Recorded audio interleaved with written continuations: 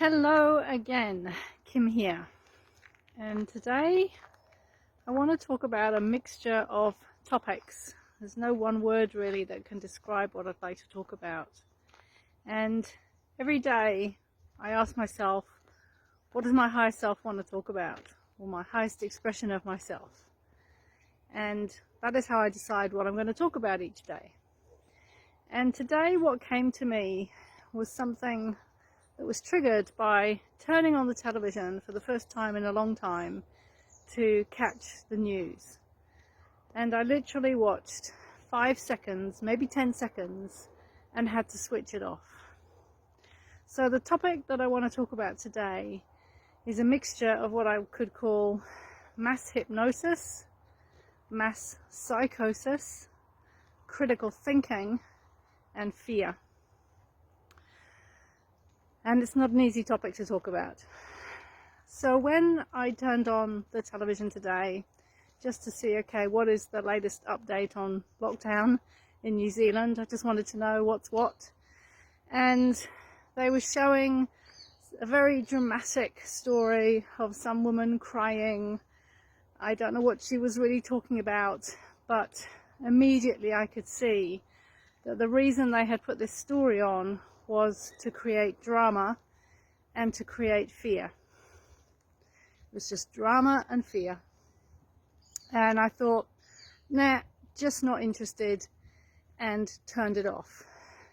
And by the way, in case I forget to say, if you want to reduce your fear and you're watching a lot of TV, especially the news, turn it off. Stop listening to the news on the radio.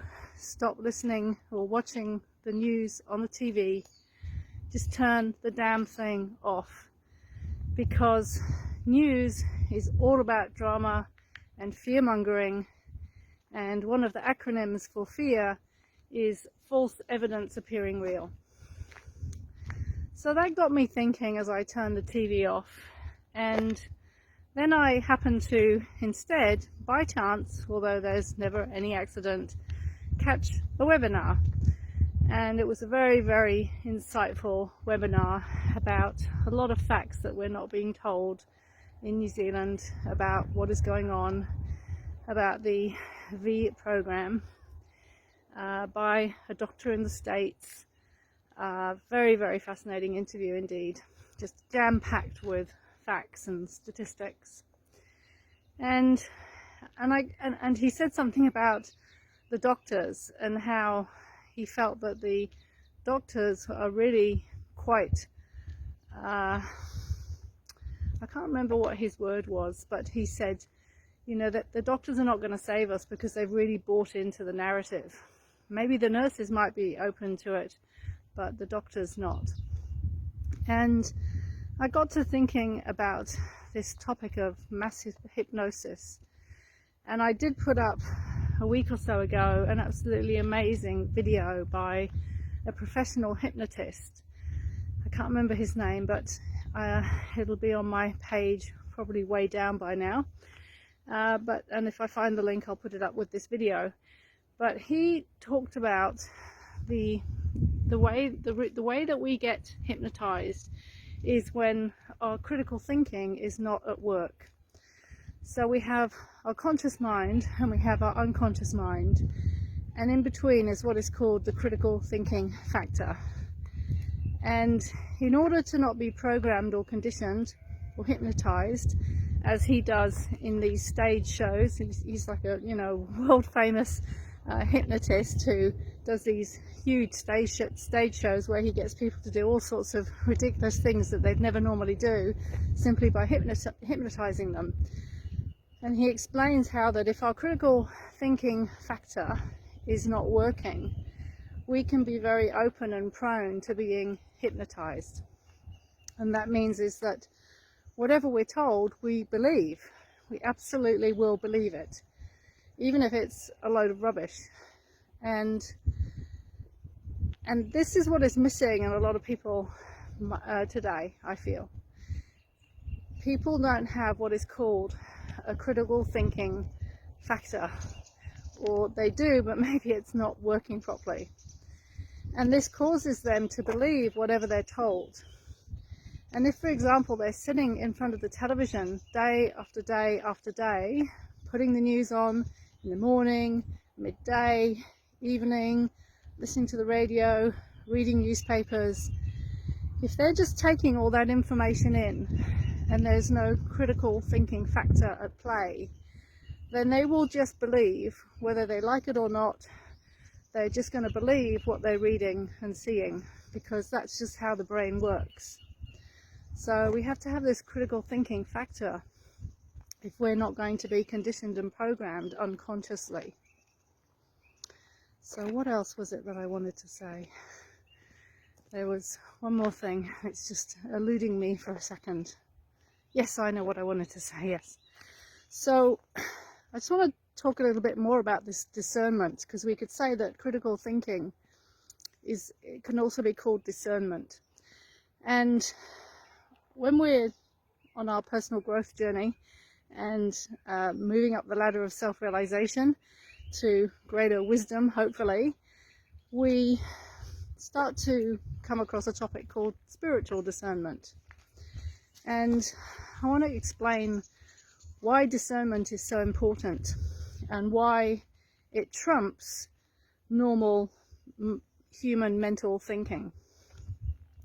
So as a human being, we are a physical body, we have a mind, and we have emotions. And our mind is very complex because it consists of our beliefs, our memories, our programming, our conditioning, our world paradigm, our thought processes. It's very, very complex. And then we have our emotions, our feelings, and the two go hand in hand. They play off each other. But together, as a human being, we could say that there are three core parts that make us up as a human: the physical body, the mind, the emotions. We can also add in energy, but we don't need to talk about that for the moment. And that is what is called the threefold personality. It is what most people consider a human. But we're much more than that. We have a spiritual aspect to us, which is working at a higher vibration and in a more advanced way than our threefold personality. And the next plane of consciousness up, if you like, from this threefold personality, these three layers, because it goes physical, astral, mental, is what is called the Buddhic plane, or the plane of intuition.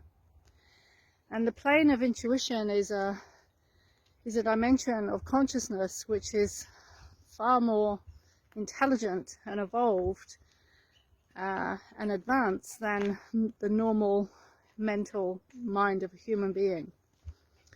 And when we start to use our discrimination or our spiritual discernment or our critical thinking, we're actually starting to tap into that level of operation. We're working from a higher plane of consciousness, and that is a more intelligent plane where there is more wisdom. So when people are operating at a lower level of consciousness, they're not tapping into those levels of wisdom, of discrimination, discernment. They're working at a lower level, and they're not able to discern the truth. So I hope this makes sense, because really, potentially, and I'll leave this with you to contemplate, we could be seeing one of the biggest mass psychoses of humanity that we've seen in a long time, maybe ever, I don't know. Obviously, I've only been on this planet for the number of years I've been on this planet, and have not been here for the previous millions of years. But the topic of today is mass hypnosis, mass psychosis, fear, and discrimination. And if we want to evolve ourselves and get ourselves out of this mess, then we need to develop our discrimination and our discernment. And in order to do that, we have to work on ourselves to uplift and up-level our consciousness towards these higher levels of consciousness and towards this Buddhic plane where there is spiritual discernment and wisdom. So that's my rambling for today. I'll just show you where I am walking here in Queenstown. It's pretty beautiful. Lots of noisy ducks in the background. So hope you're having a great day. See you again.